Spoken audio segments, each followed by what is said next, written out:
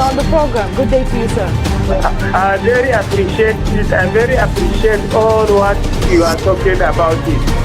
Good day and good day to all the viewers of African media. Thank you, African media. Thank you for what you are doing. Thank you, Africa. In a bid to obtain debt reliefs from foreign financial organizations and establish solid grounds for new, cheaper and longer debt, a flock of African leaders will today respond present at a summit hosted by France centered on assisting African nations gravely hit by the COVID-19 pandemic.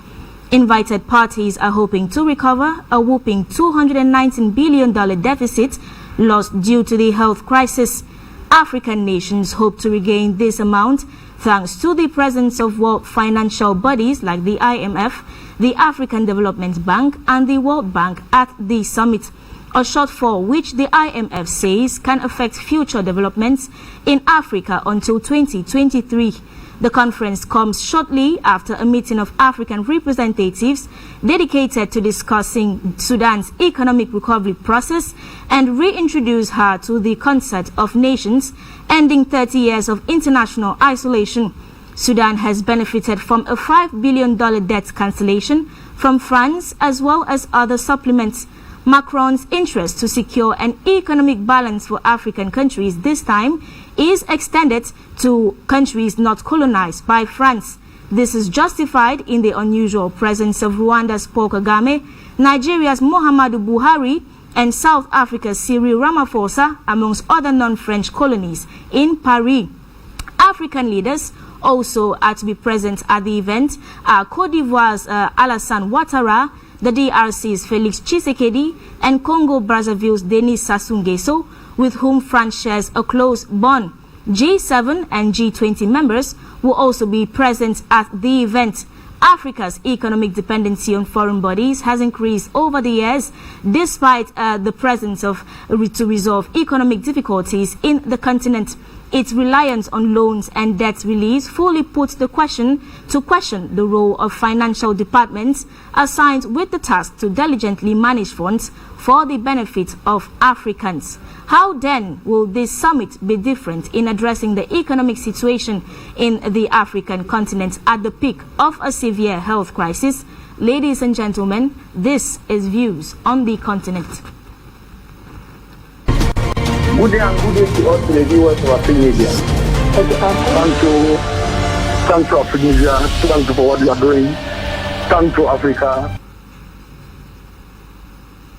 It's 5 minutes past 3 p.m. in Cameroon. Ladies and gentlemen, you're welcome to Afrique Media on today's edition of the program Views on the Continent. As you heard in our introduction, we will be analyzing the conference summoned by French President Emmanuel Macron to assist African economies, fragile African economies, in the fight against the coronavirus pandemic, which is actually a very disturbing issue in the continent. We will also be analyzing the steps made by France to bring about economic recovery for these fragile economies, as well as obtain debt cancellation, if not debt suspension, from the loans that these African countries are owing international monetary organizations. One of the countries benefiting highly from this summit chaired by France is Sudan, which already had faced 30 years of isolation from the international community due to sanctions levied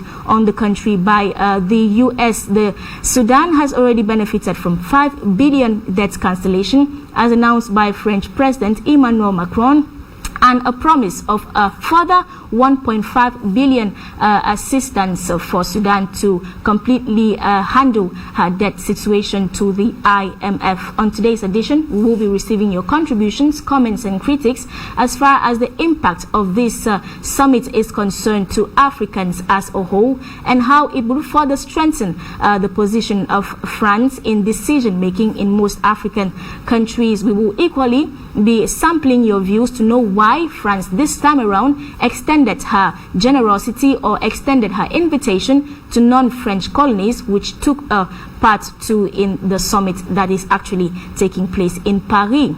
Our invite or our guest on today's program is Mr. Frank Joktan. He's joining us all the way from the United States in Washington, D.C.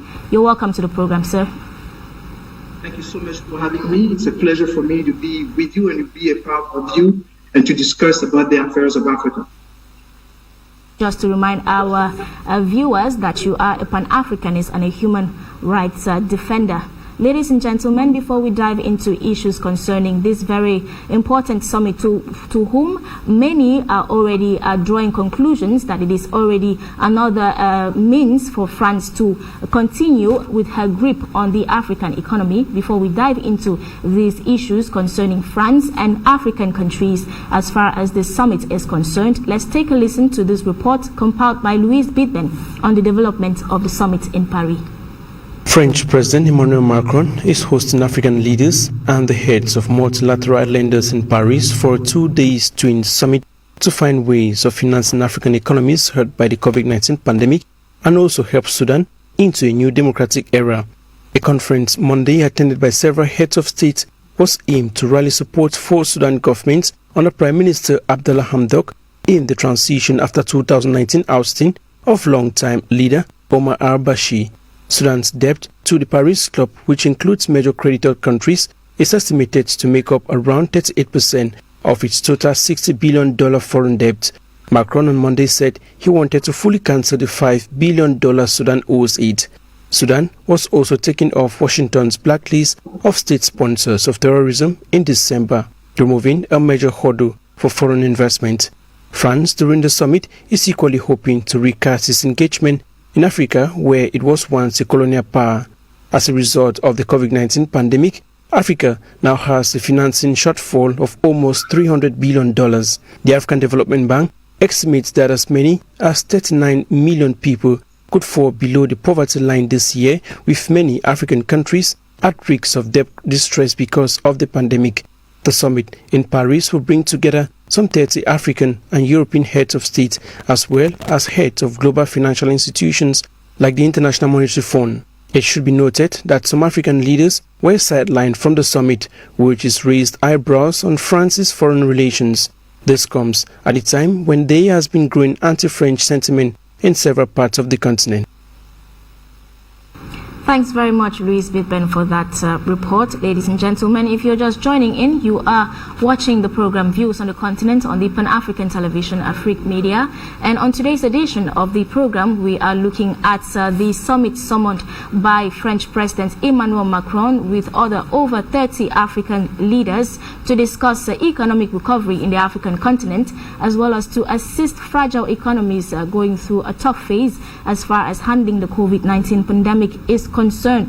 We will equally be looking at the benefits that Sudan has been able to grasp already since yesterday that a conference was organized on Sudan to tackle her economic situation after several years of isolation from the international community. We will equally be analyzing the reason why France this time around decided to extend her hand of invite to other African countries not colonized by the French. So let's kickstart by having your first take on this, Mr. Joktan. What do you think about the conference that has been summoned by France to discuss economic recovery in the African continent as far as the health crisis is concerned? First of all, I would like to say that Africa has been hit like most of the other countries with COVID-19. But it is important for us to stress that the continent of Africa hasn't been as hard as the other countries in the world. Yes, our economy, because they were fragile before COVID, so because of COVID, it accentuated the fragility of our communities.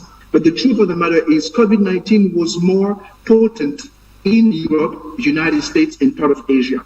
But what I'm concerned about, I see a young French president being interested again in Africa, and I don't believe that he truly wants to help our economies. But I think that there is a sentiment out there that is anti-French, and I think that the president of France is trying to do his best in order to find sympathy with African youth. And I think that he's trying to show that he's concerned about what is going on in the continent of Africa. And I think that he's trying to appeal not only to the Francophone Africans, but he's trying also to appeal to the Anglophone Africans, actually to all Africa. As we all know, the continent of Africa is one of the richest, is actually the richest continent in the world. I mean, we have everything that the world needs in order to develop itself. You can find it in Africa. So it is important that France still have a major role in Africa. And I think that she's going ahead and try to be relevant and try to make the world understand that she still has a role to play in Africa, and she intends to play a major role in Africa. So this is why I believe that the French president did what he is doing right now, inviting not only head of states from Francophone Africa, but head of states from different parts of Africa. Now, we also need to understand that there is a new phenomenon. One of the phenomena is that the African people are migrating more and more. They are leaving the continent in order to go to Europe, to the United States or Asia to find a better life. And that's not the fault of COVID. It's something else. And I think that African youth, they want what other people want. They want freedom, they want liberty, and they want to be able to pursue happiness. They want to be able to develop themselves. Unfortunately, in most African countries right now, and particularly Francophone Africa, our government are not working for the people. And I think most of that youth is blaming the French government. And I think because of that, the French government is trying to repair or try to ameliorate the way that African youth is looking at France. This is my take on this.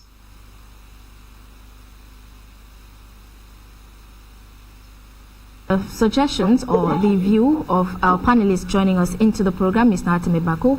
You're a Pan-Africanist and you decided to be with us this afternoon. You're welcome to the program. Thank you very much. So before you came, we have been looking at the summit organized by France with over 30 African heads of state to discuss economic recovery in the African continent and to actually give a hand of support to these fragile economies handling the COVID-19 situation. So what's your take on this summit organized by France? Well, I would say that the head of states who are attending such a summit, I think that they do not understand what they are doing, because if you look at all statistics, you wonder who is helping who in this instance. Because looking at the 10 most hit countries in the world that are suffering of the COVID-19, Africa does not surface among the list. Exactly. You have the United States, India, naming all of them in Europe. You find the most hit countries that are suffering the pandemic. And then looking at France, that still stands to hold the 85% of the natural reserves of most of its 14 colonies in Africa, and still receive $500 billion every year as colonial tax, and still makes a huge profit from the currency which its colonies are using. So you come to ask yourself, who really here is helping who?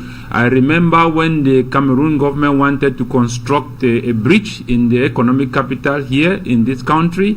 The contract was awarded to China for 80 billion. And when France came in and halted the proceedings and requested that 120 billion CFA should be given to the French government, and later on the French government now ceded that contract to Chinese for 80 million, for 80 billion CFA. So at the end of the day, you come to ask yourself, who really here is helping who? You see, what Africans do not need aid, loans, and debt recovery for whatever the Macron is insinuating, because we have come to realize that is the strategy in which they are keeping the African continent, because when you have kept a people in a particular condition for a very long period of time, you expect rebellion. Right.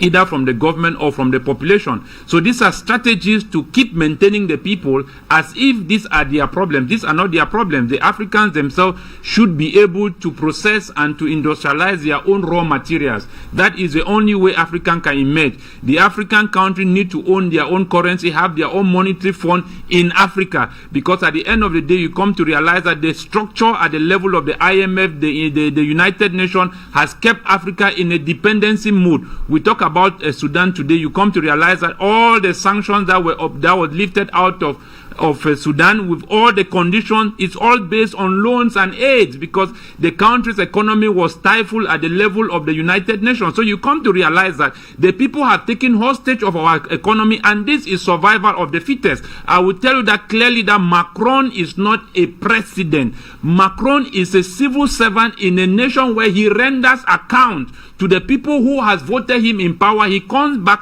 and makes sure that he fights the interests of his people. So I think that the West is just struggling here to survive from what they are expecting from Africa. So this is not the approach that the head of states who attended that summit, at the end of the day, it should have gone to the United States. We are talking about 35 million persons infected in America of COVID. We are talking of over 90 million in India, coming down to countries like France, Germany. That's almost the size of a population of Central Africa that are also being affected. Going again back to France, we are talking about 140,000 homeless people, between 8 to 7 million people living below poverty level. So what is France trying to tell us? That do they not need these aids? Because at the end of the day, I don't understand what these aids are, or they are trying to insinuate that is going to boost the African economy. That is not what is going to revamp the African economy.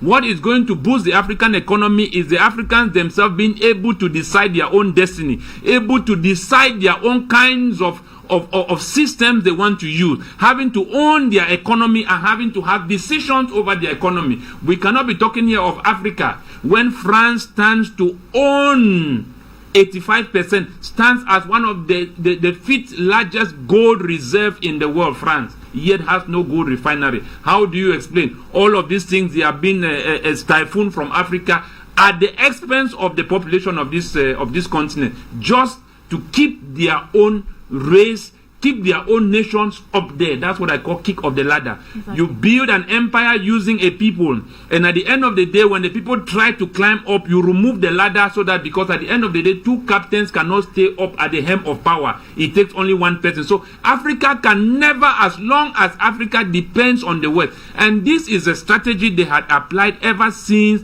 from 1884, 1923, 1945 at the image of the United Nations. This was done intentionally to perpetually keep Africa where it is. If ever America, Europe was going to stay alive, Africa has to stay down. That is the strategy, and that is why you realize that corruption is promoted under the pretext of personal greed. You find a greedy people, you put them into places of opposition. Call our leaders today, give them ammunition, give them loans, give them aid, make the government become very powerful to do what? To keep the people, the 85% of the people, where they want to keep the people, because this is their major target. How are they going to extract the natural resources of Africa? Because these are the destinies and the future of the African people that they are stealing away from Africa. So this is very important that we break away from all this cycle. How are we talking of Africa having a challenge with the COVID, and then the head of state seem to fly and go to France for a meeting? The meeting should have been taking place in Africa and not in France. So this is something else that I feel that, because France is seeing that its presence in Africa is almost, it's alarming. Every day we are hearing France. So this is another way to keep the African people again in another long term of confusion. Exactly, and we are looking at most African leaders who are present at the summit. We're looking at other African countries that France did not colonize, talking about Rwanda, South Africa, Nigeria, for example. So what is the significance of the presence of these African leaders who do not yet have a strong bond with France at Paris? You see, the way the structure is built, and this is what the African head of states and the Africans need to understand. When we talk about France, we do not talk about France as an independent nation. We are talking about France as EU. And then we are talking about France as the United Nations, because these are the veto members. So at the end of the day, we are not dealing here with an individual. We are dealing here with a well-built, structured system by the West to take over Africa and to engage Africa at the permanent level where it doesn't emerge. So we are not dealing here with France. And that is why you realize that when America is going to give sanction in a particular country, all of them group behind America. If France is going, all of them group behind. That is a strategy they have always used. They built a united front in 1884. That was a united front because they knew that if they were ever going to succeed in Africa, they needed to come as one unit. And how did they do it? They now splitted Africa in small chunks and then gave portions. Like a country like Belgium, like Congo was given as a private colony to the second king, Leopold of Belgium. And that was proceeded by the United States to give a whole nation to one man as his private colony. And then later on transferred it over for another half of a century for Belgium to control also as a colony. So this is what I'm trying to say, that meeting which they did was to give them one voice over Africa. And that is why you realize that it's difficult when they are dealing with a particular nation in Africa, and then you find other African head of states kicking against because they have tackled each man independently. They are handling the case file of Africa as a personal case study and not a global issue where we can say that the AU has something to say. The AU here does not say anything. It was about coming to the role of the AU as a voice that stands for Africans. So as a matter of fact, the AU, in my best analysis, I remember, emerged in 2002 for one reason: to safeguard the interests of the EU, the United Nations in Africa. The AU was not built or did not derive from the spirit of Africanism. It came as a result to protect the foreign interest. And that is why you realize that it gets its funds from the West. You cannot tell me a man owning a business and then it has its capital of that business has to come from another person. It only tells you that that person is working for whoever has given him the capital. And one of the things you need to understand is that as long as Africa continues to indebt itself and take loans and aids, it becomes perpetually, automatically slaves to whoever donates to you. And one of the other things that these African leaders are failing to understand, and they know that the West, it is what it is today because of Africa. So you cannot turn back and ask loans and aid to somebody who depends on you. Right. That is a huge challenge. Macron was elected by his people. He is accountable to the people. The leaders we have are not accountable to any person. So at the end of the day, I don't know who is really a head of state here, because as far as I am concerned, Macron will come and go, but the system remains. All these our leaders who seem not to understand white supremacy and economic war over Africa, I don't know what they are thinking, the kind of legacy they are building for Africans to come tomorrow. We are talking here almost 900 million youths in Africa. Where are their future? Why must Africans run out of Africa when yet the West is entering in here with its governments, with its organization to exploit Africa, and the Africans themselves who deserve to improve their lives on these natural resources are running out. Where are they running out to go to? These are strategies that have been built and designed, and now they are realizing the mass migration of Africans in the West. Macron, this same Macron, is giving 2 billion to all African head of state so that Africans should not travel and come to Europe. After you have built your economy using dictators at the expense and blood of our ancestors, and you continue to do so, and now you have realized now that that legacy you have built, you don't want to share it with the people you have exploited from, and you are finding now a way to shift them again back out and then for them to remain after, when yet you are the people causing all these instabilities in Africa. Exactly.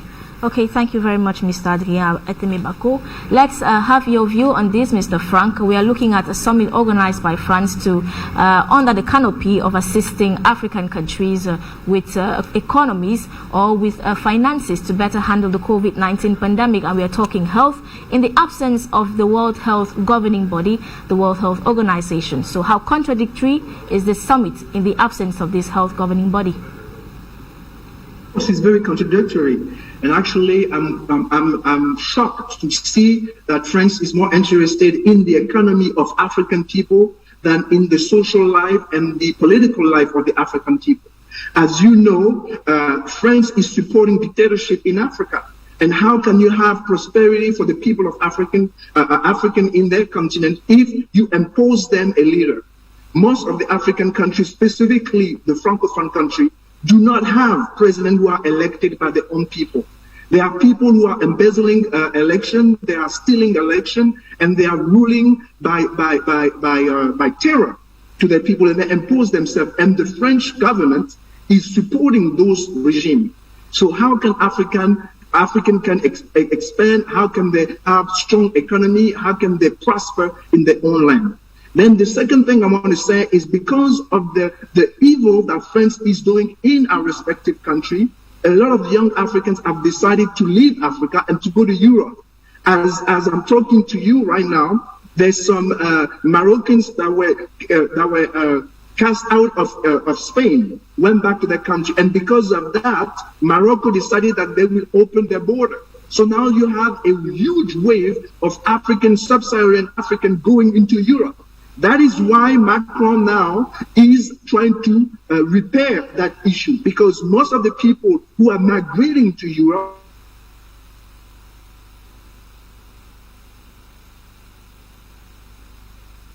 online page. Mr. Adrien, let's come back to the studio before I give the mic to Mr. Frank. You were talking about African nations promoting their own systems and achieving economic independence for themselves. One of the reasons for this summit as well is to talk about investment in the private sector. How do you see this being realized? It is. I would not say that's a vision for Africa. That is not the remedy for what the African people are going through today. Right. You see, they are trying to move with time and dispensation and suggesting what should be good for Africa. We know what is good for us. They cannot tell us what is good for us. Mm-hmm. We are come of age. This is 60 years of so-called independence. Let me put it that way. So I think that you will not assume that people who are in Africa who are 60 years of age are still children or are still youth. They are people who have come of age. So we cannot have young men like Macron telling Africans on what to do. I think that is an abuse of democracy. Mm-hmm. And as a matter of fact, these are people who propagate democracy and who do not practice democracy, who are not for the interests of what they claim to be. Democracy, right. They say things which they themselves do not even believe in their hearts. How can they talk about developing the private sector in Africa? How do they want to do that? Are they going to be our raw materials for us to develop? We have raw materials. Let us be able to industrialize what we have. We should be able to process our raw materials. France and the West cannot buy raw materials from Africa and come back and sell them back to Africans. Is that the kind of a private sector development is he talking about? No. These are all propaganda, and let us face the reality. So the kind of leaders who will introduce such topics, who introduce such meetings to even attend, I think that they have become an abuse to their own nation, because they have reduced themselves almost to nothing. I used to say that any head of state that goes to borrow money, whether at the IMF or the World Bank, or loan from any Western nation, is a big fool, because you are borrowing what they have exploited from your ancestors.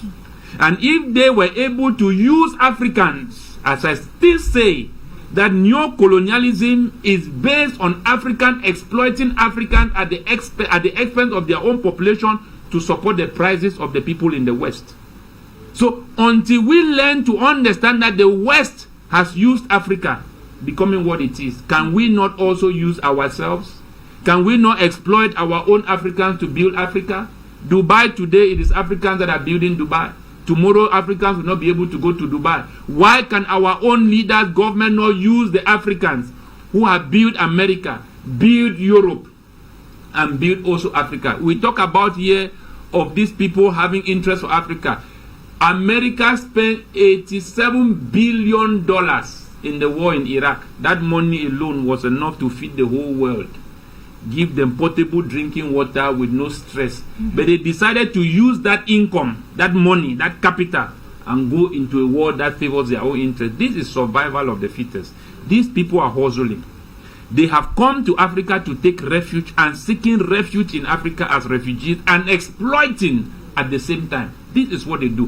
When you keep a population, I use the principle of 15% against the 85%. In democracy coming from the West, it is a minority that rules the majority and not the majority that rules the minority. It doesn't work like that. So the 15% against the 85% simply means that when you hold 85% of a people's natural reserve, that automatically means that you have kept 85% of its population under abject poverty. And then the 15% now becomes the government which you have endorsed with power, loans, aid, weapons to do what? To repress the 85%. And that is why you realize that in the small economies we have today in Africa, it's only few people who benefit from it.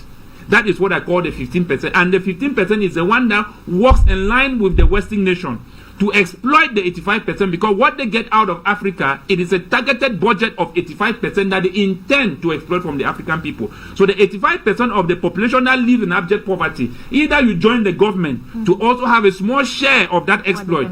If you go into the private sector, you don't survive. And that's why you realize that they talk about the private sector, because they understand that most of the rebellion and the terrorism and all of that is coming up. It's coming up from that 85% who have been in a particular condition for a long period of time, and now they are rebelling against their governments. How do they do it? These guys are smart, but they are not too smart enough. They do it in such a way that they understand that if you keep a government, exploiting the government for a very long period, at one point the government might rebel against you. Right. So what they do is that they understand that the 85% has also been in that particular condition for a very long period. They arm you with weapons.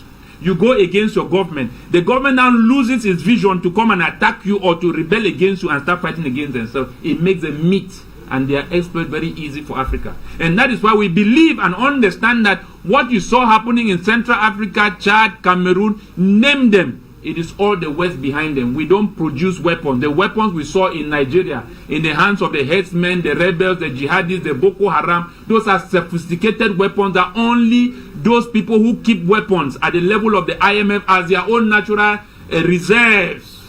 And what's in many Western nations, as their own natural reserve, they keep their ammunition, weapons. That is what they do. So they give our government enough weapons to do what? To crack down the 85%, because they understand that it is impossible for 15% to rule 85%, only if they have power. And that is how they give them that power to repress the 85% so that the goods or the raw materials keep getting to the port. Right. African leaders are definitely already conscious of this whole process of France's means, or the strategies that France is using as a means of manipulating African continent. So why go to a summit when it's not beneficial to the continent? It is only for there to live? That's a very good question. And I came to understand that in my analysis as a Pan-Africanist, I have gotten to a level where no African president should be punished. Because a lot of them, their hands are tied with certain conditions. Because I came to understand that many loans and aids come with conditions before they give you. Right. And many of these conditions is where our head of state and our leaders are tied. Because at the same time, you are put in a situation between life and death. And then you are trying to make a good decision at the expense of your people. So what we need to do here at this junction is very simple. It is obviously clear that change can only come from the population of this continent. It will never come from our leaders, because the way they have partitioned Africa, it is difficult for you to come and help your brother. That is why you realize that the former president of Sudan is now indicted in The Hague. What is AU saying? It is the crime he committed, did he not commit it in African soil? Right. Should not AU be able to indict him and bring him to justice? Why is he taken to The Hague? So Africa has kept at that position where they can be killing your brother and you are sitting quiet, because each man has been tied in his own room separately. So the only way African can come out, as I have made my own analysis, let me tell you something. The West can never succeed in Africa if they don't use Africans. Right, we have to use people who are approximately It is close very to obvious, even when they wanted to assassinate P.L. Lumumba in Congo in 1967, they had to use the Mobutu to gain access to Patrice Mumba, because they had tried to invite him in all kinds of party to give him poison. There was no way. The CIA in America contacted Mobutu for the assassination of Patrice Mumba. The same we saw here with Thomas Sankara. The French had to use Blaise Compaoré to access Thomas Sankara, because these are individuals who believed that Africa could grow without depending on the West, and which was true. And that simply means that the West will not anymore have gained entrance to Africa, and that's why they will kill any leader who does not submit himself to loans and credits, because they understand that whoever loans you money, you become indebted to that person, and that person has influence over you automatically. He influences your economy and certain decisions. So what we need to do in Africa is that they are taking natural resources, and those natural resources have to cross the ports. That's the simple truth. And they use our governments in doing that safe passage. So change cannot come from our leaders. Change can only come from the 9 to 1 billion African youths who will rise up, not only them, but in favor with their diasporans, Africans that are living abroad. It should be a worldwide global protest and uprising for the world to understand how Europe and America has been surviving and how China is entering Africa today. It's all for our natural resources. Their kids and their future cannot be at the expense of the African population. This is an abuse of human rights, and this has to stop. And this is what we want the world to know, and we want Macron to understand that the system which they had built many years ago, his forefathers that are still favoring them today, does not mean that the Africans are not coming to understand what is happening. And we are saying that it will take this population and not our leaders.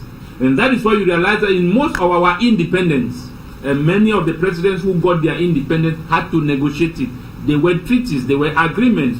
If you will have your politics, our business arrangements, existing business arrangements should not be jeopardized. Make sure that you protect our interests. It's clear and simple. And those are the interests that are affecting the lives and the destiny and the future of the African people. Africans today are living in Africa as though they are foreigners, because they don't see and find their future in their own country. While Macron will come to Cameroon, come to Africa and goes back as a billionaire. Chinese will come here, they go back as billionaires. Russians will come here, they go back as billionaires. Americans will come here, they go back as billionaires. But Africans living in Africa are instead entering into abject poverty as we speak. So we don't need these, how will I call it, projects to develop our private sector. No. Okay. Mr. Frank, let's have your take on this issue concerning the African sector. We are looking at the summit, which in partial is going to be talking about investment in the private sector, which somehow is already some other scheme for probably foreign powers to maintain their grip on the African economy. So how do you think African youth can emancipate themselves from this economic dependency on the West?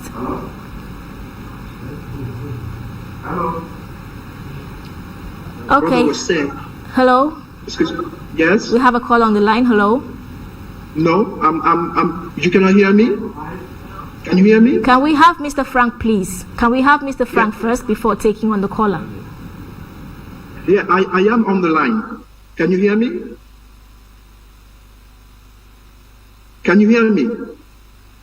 I can hear you, Mr. Frank. I can hear you. Okay, good. Okay, so what I was saying is that there cannot be any prosperity in Africa without the African youth being involved. That idea that the West will come and try to come up with a plan how to help us, it will not work. The plan needs to come from within.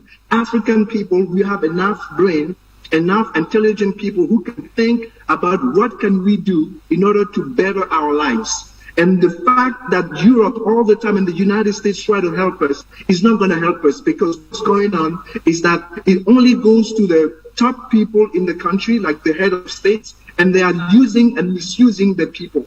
And we need to come up with a plan, the African youth, to salvage our continent, to salvage and develop our economies. That's the only way that we can salvage ourselves. So I don't believe in what Macron is doing. Macron himself has his own problem in France. The French are not happy with the way that he's leading France. So how come he can make us happy in Africa? He will not. In the contrary, he wants us to be more and more dependent of him. And the truth of the matter is, everybody knows that right now, immigration, African immigration, going to Europe, most of the people coming to Europe are from Francophone Africa. When you ask those people, why are they leaving the countries? They are leaving the country because they cannot dream. They cannot pursue happiness. They cannot develop themselves in the country. So therefore, they want to leave because they have governments that do not think for the people, who refuse categorically to listen to the people. So therefore, they're migrating to Europe. And Europe now is realizing that one of the major problems of African immigration is France. And that is why France is scrambling and trying to come up with ways and means and ways to try to save its face. But the truth of the matter is, we need to have a better relationship. France cannot dominate Africa the way it does. What France has done for Africa is not human. It's actually against the human right.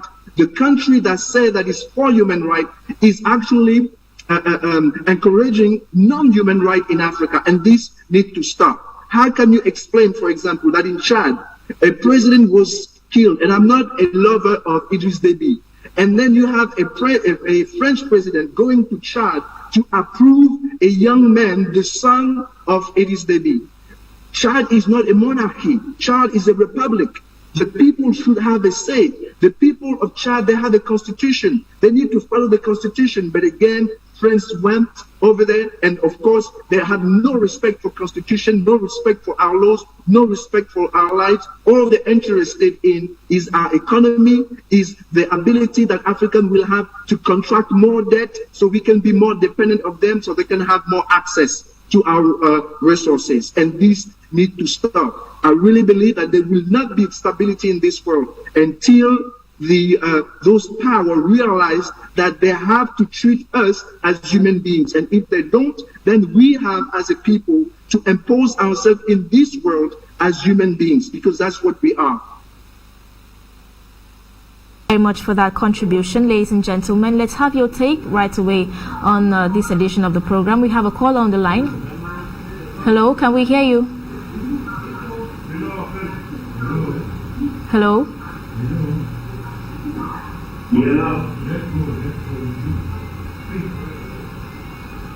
Let's hear your contribution, sir. Okay. Yeah, my name is Amon.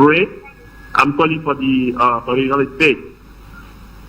I want to thank your guest, and I can say that I'm totally agree with their point of view, because Africa has nothing to do with borrowing money or with having other countries help it to relieve its debt.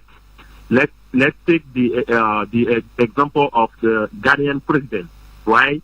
The International Monetary Fund has many times yet offered Ghana to borrow money, right? But the president Akufo said, I do not need money anymore from you because I have enough resources to develop my country. And he succeeded on it, right? So I'm shocked when I'm seeing all of these presidents going to France to do that. The only reason, the only purpose of France doing such things is to show the other countries in the world that France is capable of having all of these countries in France. So France can justify its role or can justify its place in the world, right? But I don't agree with the point of your guest when he said African leaders cannot do nothing because they have their hands tied up. I don't agree with you, because if you are a leader, either you are a leader for a country, so you can even die for a country, or you are not a leader of your country. So tell me, if you say African leaders do not have power to overcome this, so how the South African president is succeeding in building his country's security? Can you tell me that President Touadéra has his hands tied?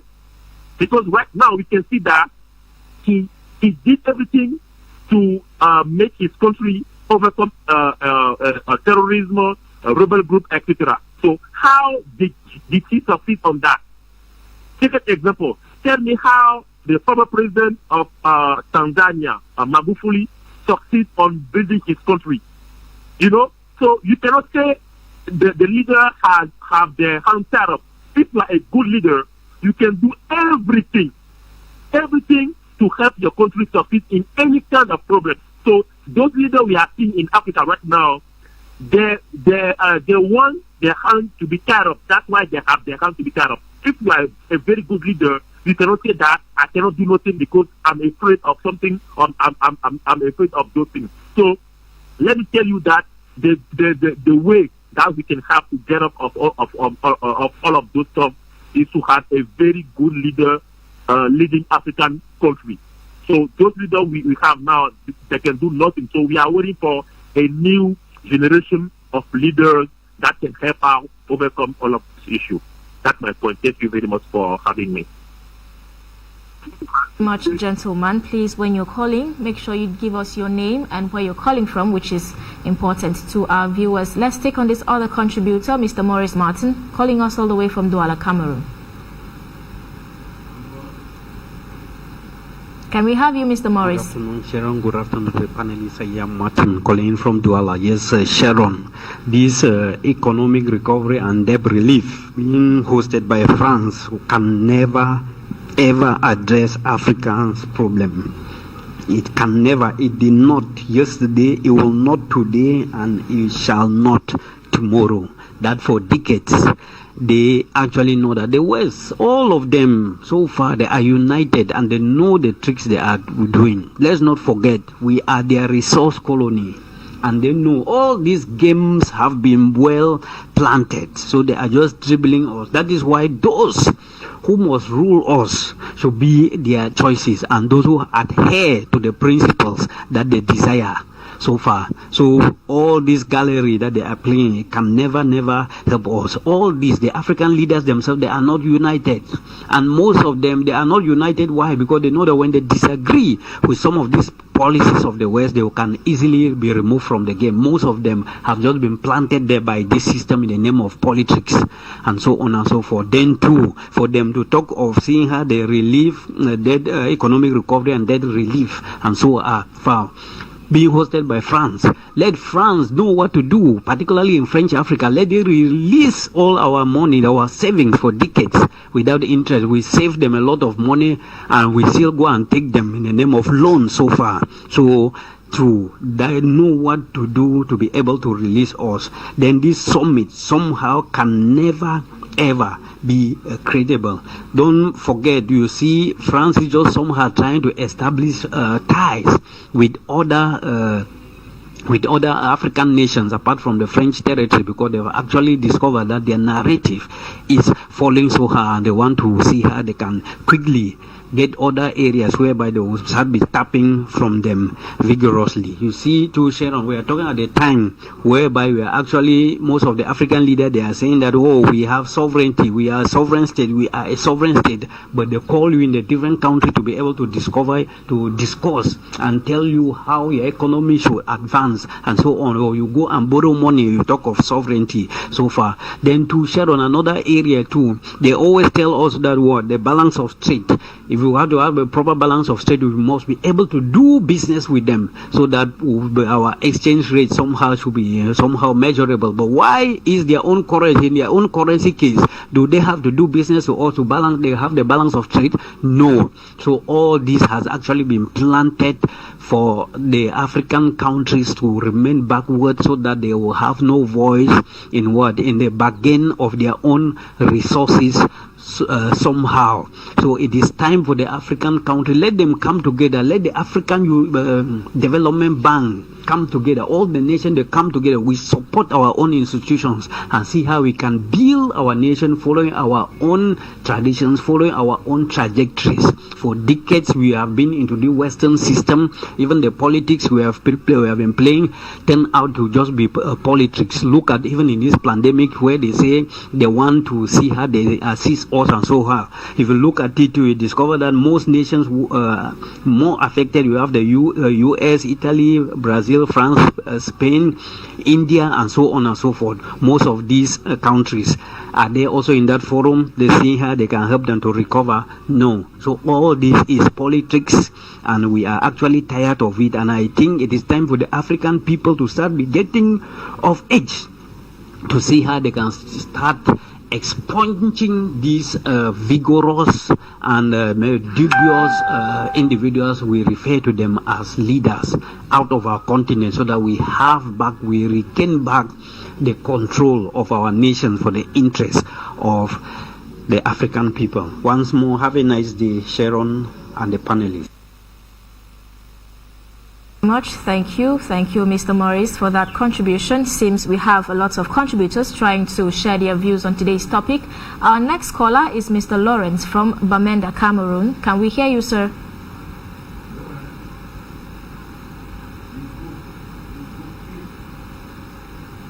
Let's hear your contribution, sir. Hello? Yeah, we can hear you. Yes, good afternoon, madam. Good afternoon to all the panelists there in studio. What I want to say is that the problem in Africa is not Western world. The problem in Africa is not the foreign power. The problem in Africa is African leaders. The problem in Africa is the African people. Because you see, since the beginning of the so-called independence, if you look African continent, African nation critically, you understand that it was too premature for African people to become independent. Because the independent that we are saying now is independent, and we are not politically independent, economically independent. And all this is happening because this evil country called France is here in Africa. And they don't use France to destroy us, they use African leaders. Because these leaders, they are not there for African people. African Union is not there for African people. Therefore, it's a high time for African people to stand up and look for another organization that can look for African affairs. For instance, what can you tell me since the beginning of the creator of African Union? Have African Union have solved any problem here in Africa? The answer is no. But African Union have done a lot of damage here in African continent. Who dismissed the African ambassador in United States is the African Union chairman, Musa Fakima. So we cannot have people like PLO Lumumba doing nothing. Then we have these hand clappers. We have these evil people. We have these selfish people in African Union. Europeans are succeeding because they have active people. They have an organization that look for their problem. So we have to stand up and put the right people in the right position. That is what we have to do. Because if we want to talk about destruction here in Africa caused by France, is too much. If we want to talk about Rwanda genocide, if you want to talk about killing of Colonel Mohamed Gaddafi, if you want to talk about just killing of Chadian's leader, it's the work of France. So we know the disease that we have in Africa, and it's not end there. This particular country have destroyed all organizations in the world. Even United States government cannot function. It's the work of France. United Nations Security Council cannot function. It's the hands of France.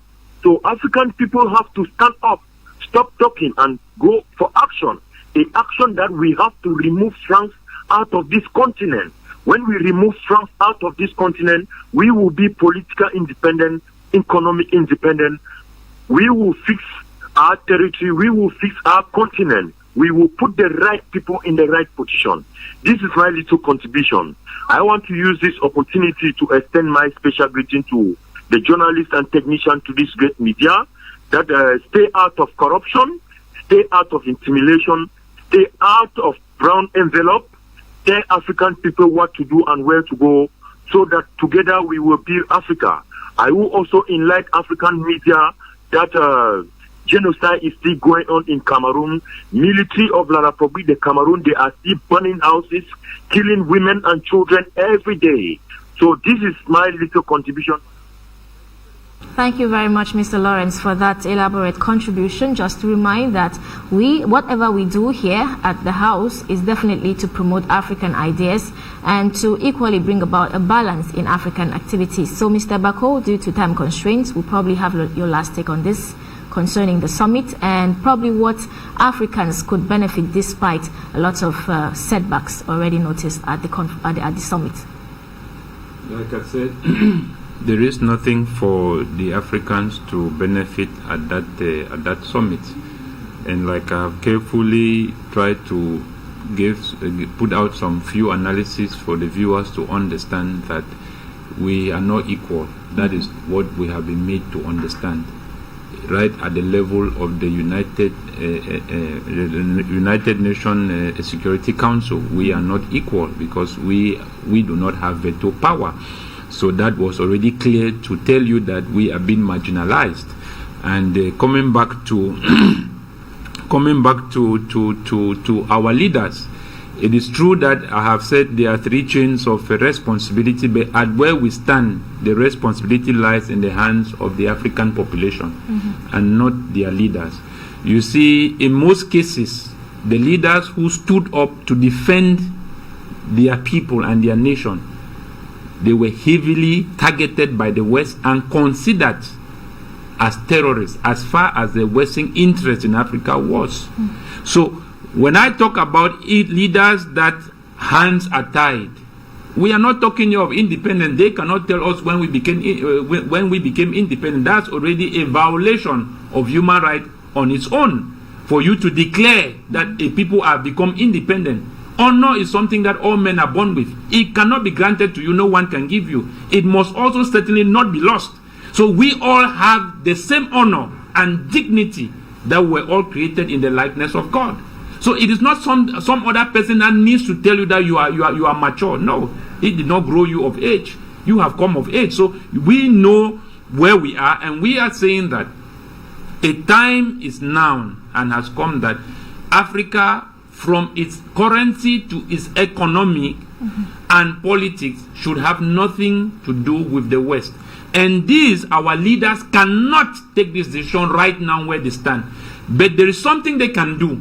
And that thing they can do is when they come together and form one unit and have an all-inclusive dialogue. Right. And this issue of Africans fighting Africans in the name of acronyms by the West that they are terrorists.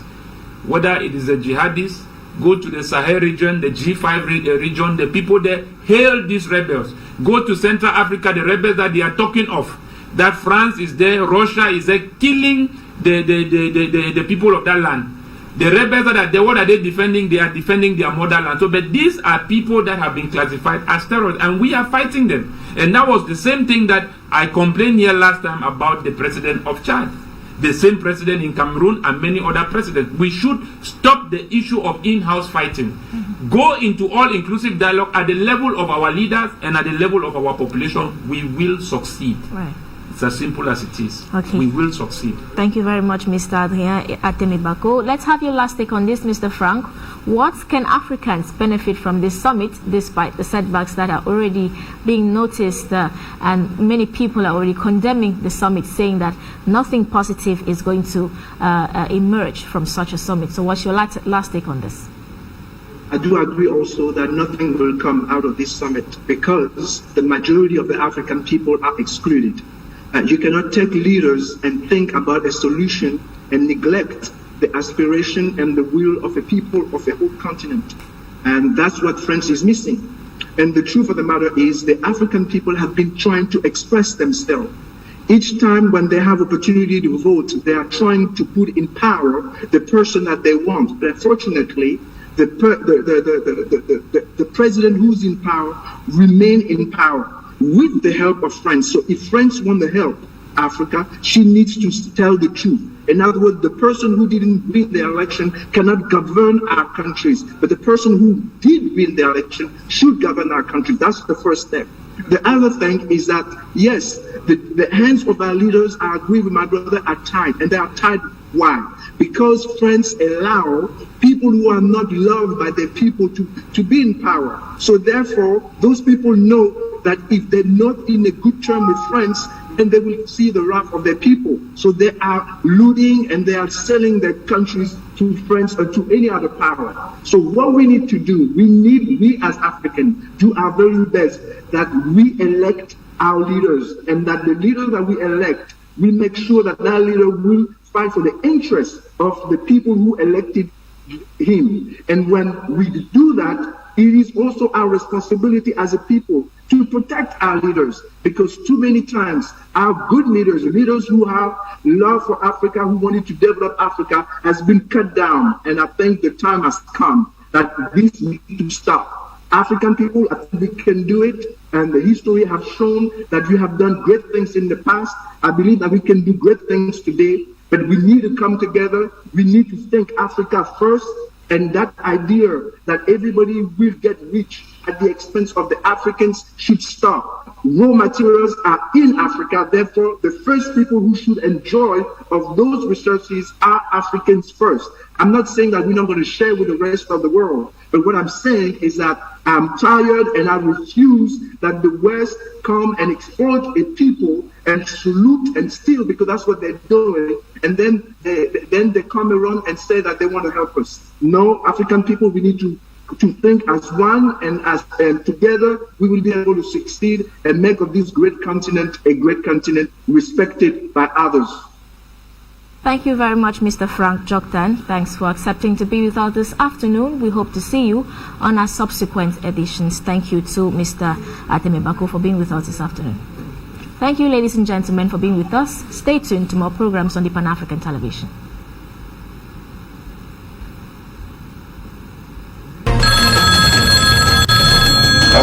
Hello, you're on the program. Good day to you, sir.